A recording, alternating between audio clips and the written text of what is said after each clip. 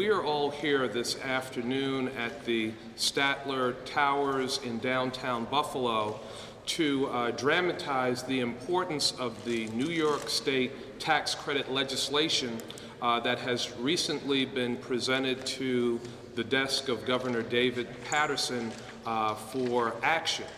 This legislation would provide historic tax credits for historic properties in communities across the state of New York, and we feel that this legislation is critical and essential legislation to getting important historic properties preserved and saved in our community. The legislation has been signed by the Senate and the Assembly. It is a same-as piece of legislation, and now all that remains is for Governor Paterson to sign it. We are here today to appeal to the governor to sign this legislation, to emphasize and by our presence here today, dramatize how critically important this legislation is. There are estimates that the renovation of the Statler Towers could be more than $100 million, and this legislation offsets the cost of historic preservation projects by about 20%. So that could be a $20 million savings, a $20 million injection into a project like this, which certainly would make it more feasible for important projects like this to be completed. I just want you to think about some of the projects that are outstanding. The AM&A's building, which there are estimates that could be over $100 million to renovate. Again, the Statler Towers, where we are, over $100 million. The Buffalo Central Terminal on Buffalo's east side, the 500 block of Main Street and all of those properties there. The city of Buffalo has 12 historic preservation districts. We have over 4,500 structures in the city of Buffalo that are on local, state, or national historic registries. And so this is a critical piece of legislation for communities all across the state of New York, but in particular for a city like Buffalo that has had the benefit of all of the masters of modern American architecture practicing here. This is critical legislation, this is vital legislation, and I'm here today to urge our governor, David Paterson, to sign this legislation into law. It's now my pleasure to introduce the president of Preserve Buffalo Niagara, Catherine Schweitzer. Good afternoon. I'd like to begin by thanking Mayor Brown for his support for this important legislation being considered by Governor Paterson. The expanded historic tax credit program would bring real economic benefit to Western New York and other upstate cities. It makes the difference for a project between a go and no-go decision. In Buffalo, our unique sense of place is underscored by the great architecture, design, and planning that has been invested here for over 200 years. These assets, properly leveraged, are among the cornerstones for the future of our city and our region. With the expanded tax credit program, projects to reuse our high-quality existing buildings that were not feasible before this program will move from an elusive dream into the concrete planning phase. Many will actually be completed because the financing gap will have been filled. Our talented, hardworking local laborers and craftspeople would find jobs in our city and region because private investment would be encouraged through this program. And most importantly, projects of all sizes benefit, including our churches, neighborhoods, retail corridors, housing, and more.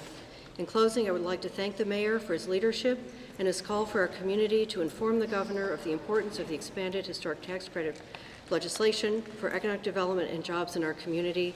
So I urge all of you who may be seeing these press moments to write the governor, call the governor, and let him know that you also support this program. Thank you.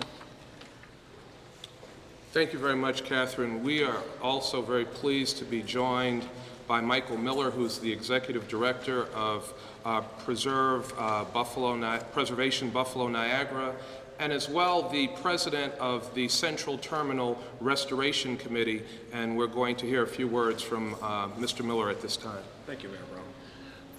As Mayor Brown said, and Catherine, you've got a $100 million building restoration project here.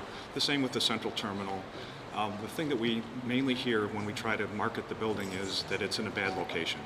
One of the positive things about having historic tax credits is it makes the building more marketable. Not only that, but it will bring 500 to 600 jobs to the area. So you'll find revitalization of the entire neighborhood around the Central Terminal because people will live where they want to work. So it's very important for us to offer these tax credits to these projects to make them more desirable. Thank you. You know, we have long lamented some of the properties, the historic properties that we have lost in this community.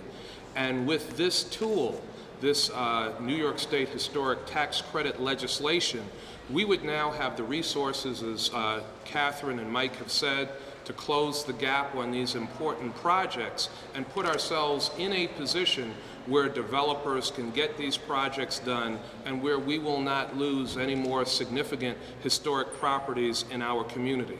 Someone who has been working very aggressively on this issue is our Commissioner of Economic Development, Brian Riley. Thank you, Mayor. As many of you know, historic preservation is really about local jobs. A project like the renovation of the Statler, compared to a new construction project, when you have a new construction, about 2/3 of the cost of the project goes for materials, and often those materials are not local and sometimes overseas. When you have a renovation on a project like the Mayor mentioned, a Statler, an AM&A's, a 500 block, or any of the properties in our local commercial districts, 2/3 of the cost of that project goes toward local labor. So historic preservation is about economic development and about jobs, and that's why, particularly at this time in our economy and in the history of the city, we need to take the assets of our built environment and use them to create jobs.